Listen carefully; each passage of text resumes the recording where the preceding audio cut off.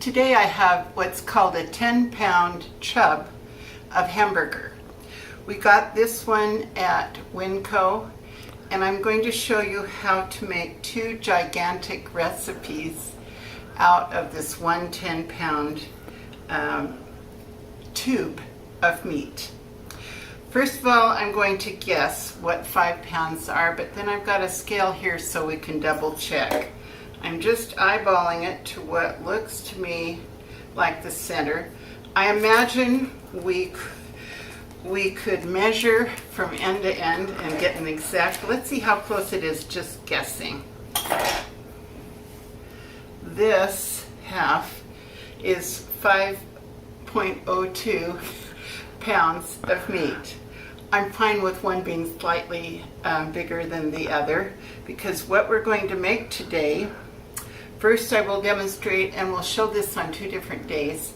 First I'm going to demonstrate making 5 pounds worth of hamburger into meatloaf, and then I will make 5 pounds of hamburger into sloppy joe mix. A nice thing about using a half of a tube of meat is look how easy this is to add it to my mixing bowl. Now I'm putting it in a stand mixer mixing bowl because I don't like to make meatloaf by hand. I always use the kneading apparatus, whatever you call it, the dough hook. Whatever kneads bread does a superb job of mixing the meatloaf. So look, I now have every bit of that meat just shaken out of the tube, and I've got 5 pounds of hamburger ready to go. Like I said, I don't want to touch it with my hands. Next I'm going to put in 3 cups. Remember, this is a really big batch. I'm going to put 3 cups of oatmeal in here.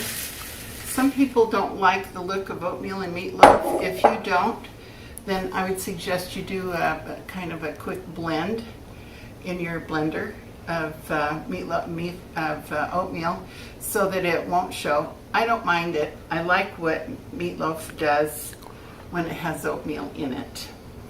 The other thing I always use is dried onions. I've been using the same batch of dried onions for years, and my husband thinks it tastes funny if I don't add. So add a 1/4 cup of dried onions. It may seem like a lot. Another surprising thing is I like to add powdered milk to this just to enrich the protein. And speaking of protein, you can use either fresh eggs or freeze-dried eggs. I'm using the equivalent of 6 freeze-dried eggs, just dried in powdered form. In that goes. Now for the seasonings. You can do what you want to. I have some examples. What I always put in is garlic, and this is powdered freeze-dried garlic. It tastes fresh, and I'm going to put a whole tablespoon in there. Again, this is for 5 pounds of meat. That's not a lot. It's kind of cautious. If you like Italian seasoning, put Italian dressing seasoning in it.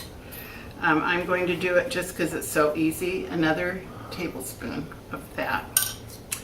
I always use either Montreal seasoning or Lawry's. Either one is a really good seasoning salt. So put a tablespoon. This is Lawry's, but it just as easily could have been Montreal. And then we like just a little bit of bite, so I'm only going to put, I'm going to guess, but I'm putting the equivalent of 1 teaspoon, not a tablespoon, of red pepper flakes. It just gives a nice little extra taste. Because I've put Italian seasoning in, I'm going to hold off on the thyme. But I've decided thyme is an underused herb, and we grew it last year and freeze-dried it. It is delicious, but I'll hold off on that because I already showed you how cool it is just to use Italian seasoning. That is all the ingredients we need except for ketchup. I'll be right back with the ketchup. I now have measured out 2 cups of ketchup. Takes quite a lot, but again, remember how much you're making. And then for the very last ingredient, notice this all fits in a Bosch bowl. I haven't measured in a KitchenAid, so you might have to do this as a half a batch if it won't fit in your mixer. And then because we had dried eggs and dried onions and dried garlic, I'm going to put a half a cup of water in. That replaces the water that would naturally be in the eggs. So this is where I get real excited not to be kneading this by hand. I'm going to keep the motor on even if it's noisy to show you how quickly all of this turns into meatloaf.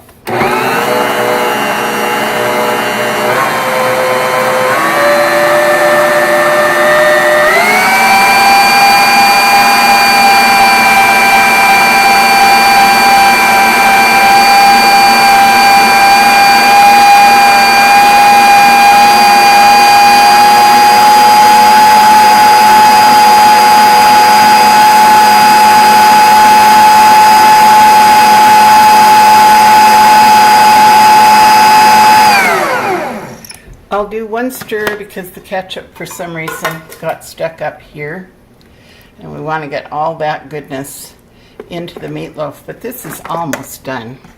Look at how quickly this is. You can use the same method for a much smaller batch, because the idea is, why get your hands mushy if you have a machine that will do it for you. So one more quick stir.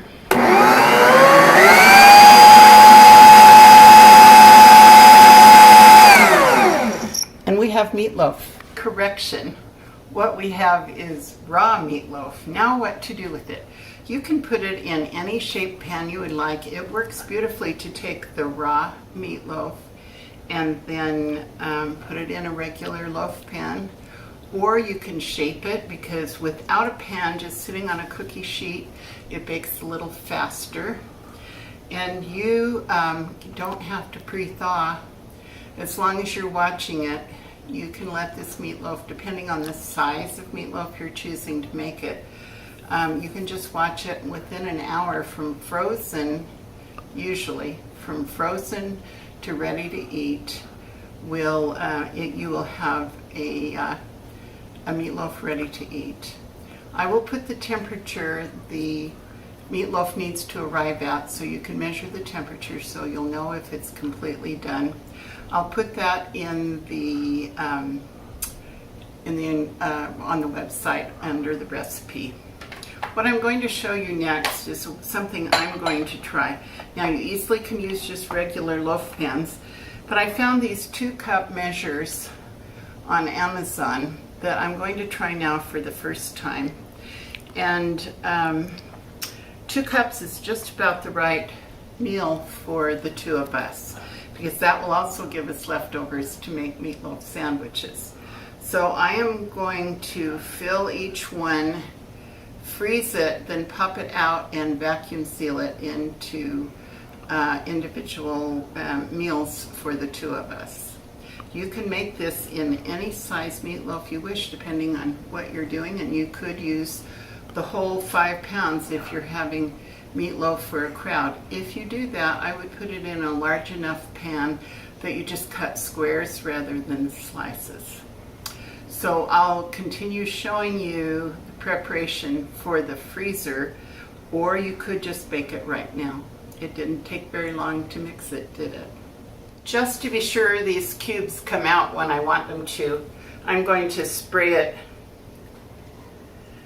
Something went wrong with my spray, so if you have some that comes out in a puddle, I would recommend that you just get out a brush and brush that so that it's on all sides.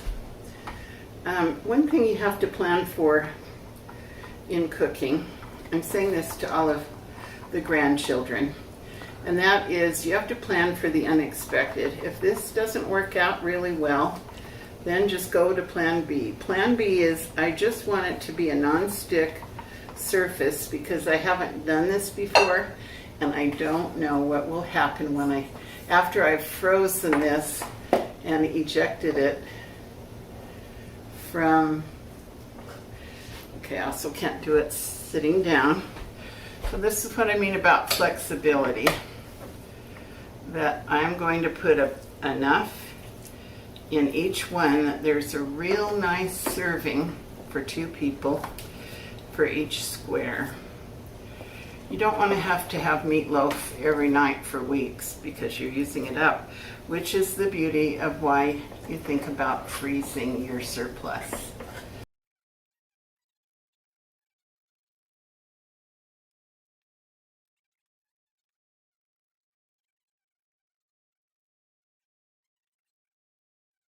After you've cooked the meatloaf and you want to make it into sandwiches, this is what I would do. A generous amount of mayonnaise on both sides of the bread. Spread ketchup and a little squirt of mustard. You're making a meatloaf sandwich, so a little squirt of mustard, a lot of mayo, and then a really sweet onion. With that, it makes a heavenly sandwich. If you don't have sweet onion, you can use lettuce or pickles. Add something else to give it a crunch, and that just becomes an unforgettable experience. It's not a leftover sandwich, it's a meatloaf sandwich. So I'm going to put just a little bit more in the tops to make sure that this is a substantial amount. But then look how cool these molds are. They come with a real heavy lid, and I'll put this in the information. These are called super cubes. They're a little expensive, but I think they're well worth it if you're trying to cook for 2 and you want to keep things easily managed. Now I've got all of these. You can buy little containers that will exactly fit them. I am going to try and put them in containers I already have, or you could just bake this on a cookie sheet. And as I said, if it's not in a container, it will cook more quickly.